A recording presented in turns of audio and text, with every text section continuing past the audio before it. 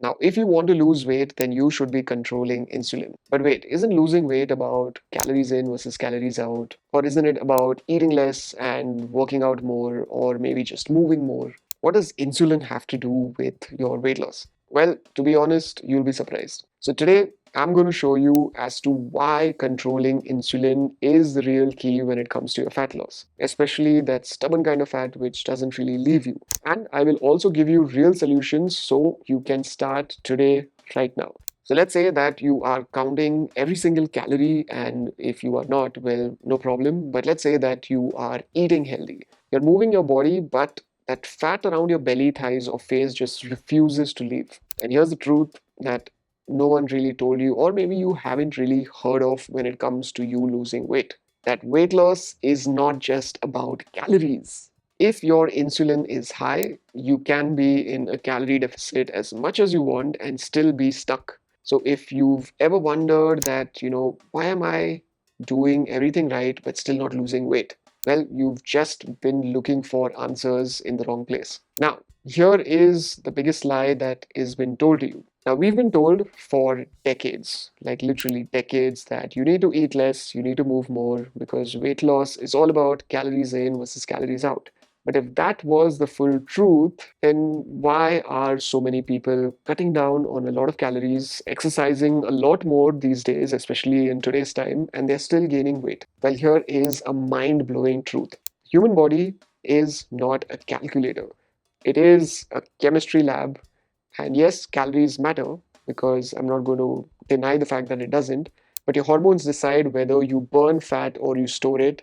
And the hormone sitting in the center of all this decision making is your insulin. But what exactly insulin does? Well, insulin is like a traffic cop for nutrients. Whenever you eat carbs, or let's say you even eat too much of protein or frequent snacks, your blood sugar rises. And what happens is that insulin shows up to push that sugar into a cell. But here is the cool part. Insulin is also a fat storage hormone. So its main job is actually to store fat and not burn. And when insulin is high, your body switches into a storage mode, which means that fat burning shuts down. Even if you are eating very few calories, your body will cling on to the fat. And I want you to think of insulin like a lock to the door to your fat cells. As long as insulin is elevated, that door will always stay locked, which means that you can be running on a treadmill, you can be doing endless workouts, sweating like bullets, and your body still won't tap into that fat store. And here is the reason why most of you might be having high insulin without even knowing it. And this is literally where people miss the mark. Now, you don't really need to be diabetic to have high insulin levels. In fact, the funny thing is that most people with insulin resistance don't even know that they have it.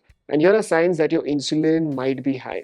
Firstly, is that you gain weight pretty easily, especially around the belly. Then you also maybe feel tired pretty much after meals. You crave a lot of sugar or carbs very often. You feel hungry soon after eating, or maybe you have PCOS, high cholesterol, or even skin tags. And this part is also going to sound a little scary. Now, as I said, you could be eating well, and you might be thinking that, wait, I'm really eating healthy and still be triggered by insulin all day. With frequent meals, or maybe you're having that low fat processed snacks which claim that they are really healthy, or even those healthy smoothies which are sugar bombs that are all hidden inside. So you might think that, okay, wait, I am eating healthy, but you're just eating high sugary, high insulin triggering foods. Now, what does science say when it comes to your calories versus your hormones? If you see studies now, they show that people with high insulin levels lose significantly less fat even though they are on the same calorie deficit. In fact, there is one study which shows that people on a low insulin diet lost twice as much weight compared to those counting calories. Now, again, I'm not saying that calories don't matter. It's again, where do you get those calories from and how they affect your hormones?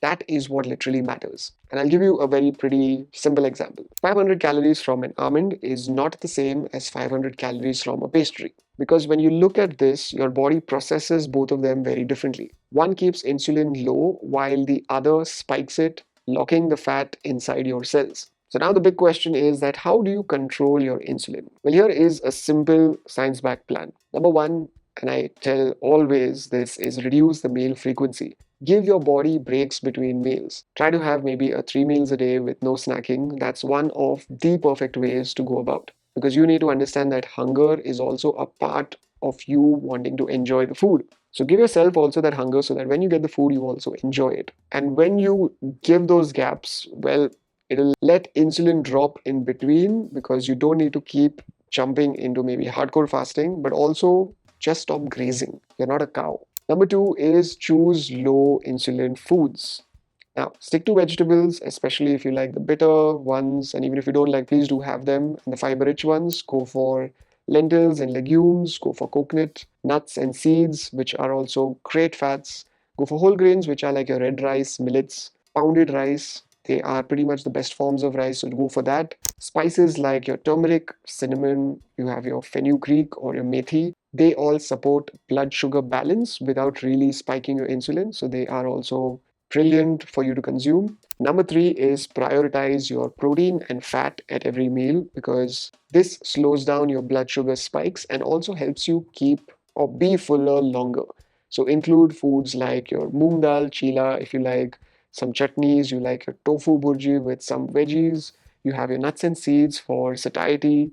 So just try and make a beautiful and a nice combination of them. Number four is cut down hidden sugars. Now, this includes those flavored yogurts, those sauces, those energy drinks, those protein bars that tell you that, listen, we are healthy and we will give you all the protein that you need, but they have a lot of hidden ingredients which spike your insulin. So you might think that that protein bar is really healthy, but it has a lot of hidden sugars in it, which end up spiking your insulin. And even the ones which have the sugar free labels, well, don't let that also go because they often have insulin spiking ingredients. So try your best to make a better choice or just do one thing is stay away from it. Now, number five is start your day right. Now, your first meal sets your insulin tone. And funnily, most people wake up and the first thing that they go for is a sugary chai and toast.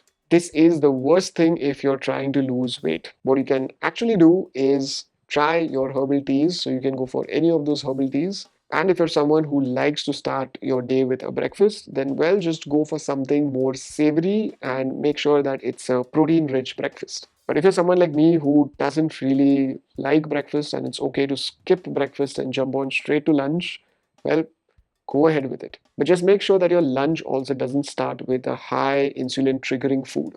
Now, number six is your sleep.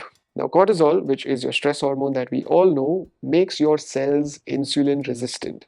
That's why, even if your diet is clean, but you have poor sleep or chronic stress, it can mess up your insulin. So, no matter what, sleep well. And also, here's what I want you to know.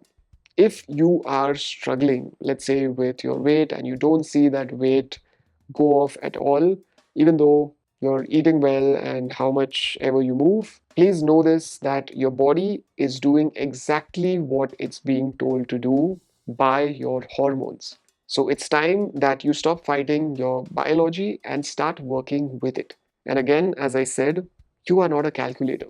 Try to understand how your hormones work, try to understand how your insulin works, and yes, you will see that weight come off slowly but surely. And again, I'm not saying that calories in versus calories out, they don't matter. Calories do matter, but insulin is the master switch.